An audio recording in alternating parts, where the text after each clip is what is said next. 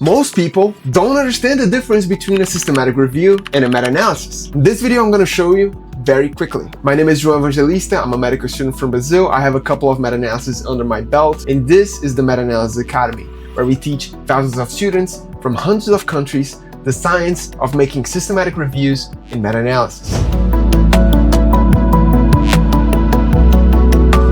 To understand the difference between systematic review and meta-analysis, we first need to understand the very basic literature review. It is what most students naturally do. You pick a topic, you search on PubMed, you read some papers, you summarize what you've read, and you come to some conclusions. It's flexible, it's narrative, and it's very dependent on the person who is doing the actual reading of the articles. There is no predefined protocol, no mandatory inclusion or exclusion criteria, no structured search, and that is completely fine for learning. However, you should understand that it's highly susceptible to bias, because like I said, it's completely operator dependent. Enter the systematic review. A systematic review is not just a better summary. It has a very specific methodological process, and you don't just read the papers. First things first is that you define a PICOT question, a structured research question that you're going to follow through all of your research. If you don't understand PICOT question, just watch this video from our channel over here. With the PICOT question, you predefine inclusion and exclusion criteria. You go on and register a protocol on a website called Prospero so that people can keep an eye on what you're doing and so that you cannot change your research midway. If you found you have to do something different, you have to start kind of from scratch or review your Prospero registration. And the fact that you change the Prospero registration will show up. After that, you can perform a very comprehensive bird's eye view of the literature review. You go for several databases like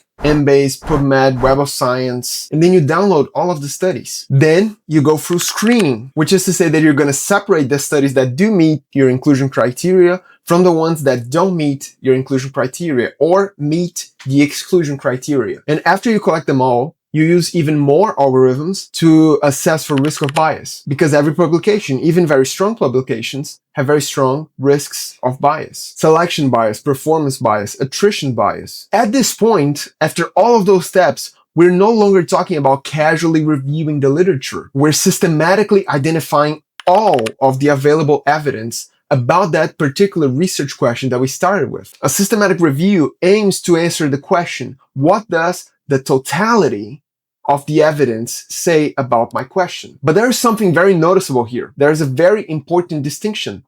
We haven't actually touched numbers yet. Statistics, math. What we did was we pretty much triaged all of the studies and then we gathered, hey, about that specific question, this is all the medical literature available. We evaluated it, we summarized it qualitatively, but not quantitatively, and this is where most people stop. Now, we can have a key distinction right here. A meta-analysis just takes the advantage of a systematic review and provides mathematical power to the conclusions drawn from the studies. We have the same structured question, same search strategy, same screening process, same risk of bias assessment, but then we add one extra step, the extra mile. We do statistical pooling. Instead of saying that most studies show benefit from drug A compared to placebo, we can now say specifically how much better drug A is compared to placebo. We use mathematics to generate a forest plot, and if you don't know what a forest plot is, here's a video for you to understand it. There are multiple videos in our channel just explaining forest plots, so go watch one of those and then come back here. That diamond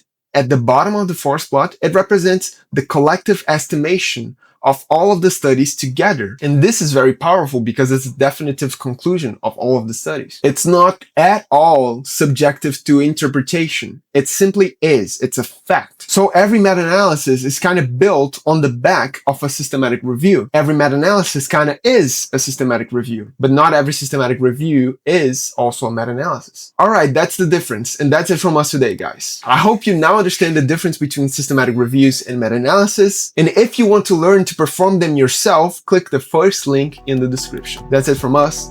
Bye-bye.